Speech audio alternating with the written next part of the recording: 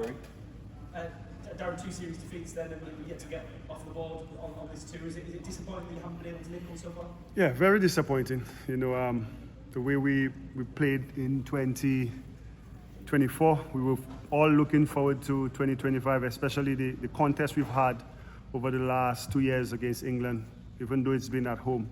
But we've been much more competitive in the series. So to lose both series and not get off the back yet, it's very disappointing because of the caliber of players we have in this team.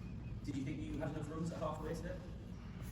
I would have hoped it was enough. When you look at, you know, the first inning average winning score is about 190. I thought we allowed them to settle in the middle between overs 7 to 15. I thought that's where we were off the ball a lot.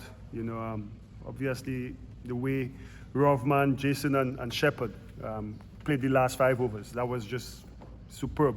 But we lost it in that batting from between 7 to 10 first by not losing a wicket and only scoring, I think, 27 runs, and then we're going at just above a run a ball between 10 to 15. They took all the momentum, and even when you score 16 runs and over in the last 5, it was not enough. And you say you played against England quite a lot in these last few years. It's a good series, good matchup usually. Have you noticed anything different about England's new captain, Brendan McCullum's coming as coach? Have they got a different vibe around?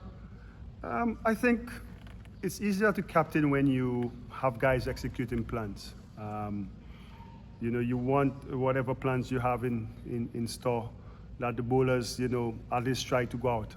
I've seen more, and I was having this conversation with Shea. You know, it's always hard to captain when you behind the stumps. Yes, you get the angles, but just the conversations you could have with the bowler, you know, and keep the game flowing. It's always a little bit more difficult for you behind the stumps.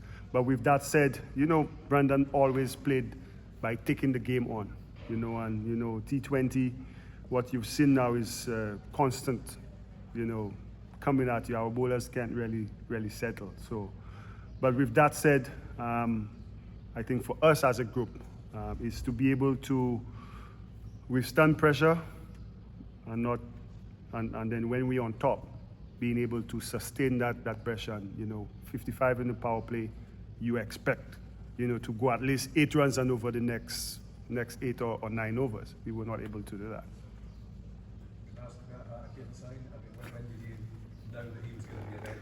Was he all right? He seemed to be struggling with the hammy at the end. Yeah, I mean, when I spoke to Akil yesterday, when we knew he was coming up this morning, he said to me, "There's no way he's not playing today." So, you know, when a player backs himself, to be fair, today in this world, you had Sikandar Raza playing a test match, flew in, then got in just before the toss. So these guys are kind of used to it. But, you know, kudos to Akil, you know, putting his hands up and making sure, I mean, the number 1 T20 bowler in the world, being able to come out and, you know, he did have an impact on the game, you know, control the power play for us to a bit. And, yeah, I mean, you would struggle when the jet lag start to hit, you know, but kudos to him, you know, he turned up today for us.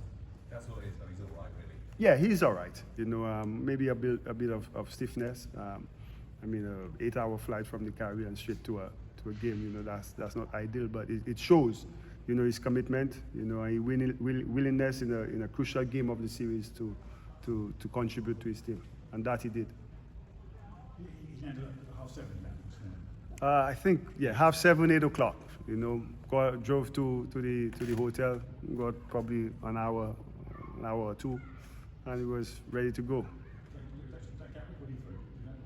I think that was at Heathrow he landed. Yeah. Any other questions? Yeah, I just wanted to ask about Shea Hope as well, because again, he's been a very consistent performer over the years for West Indies.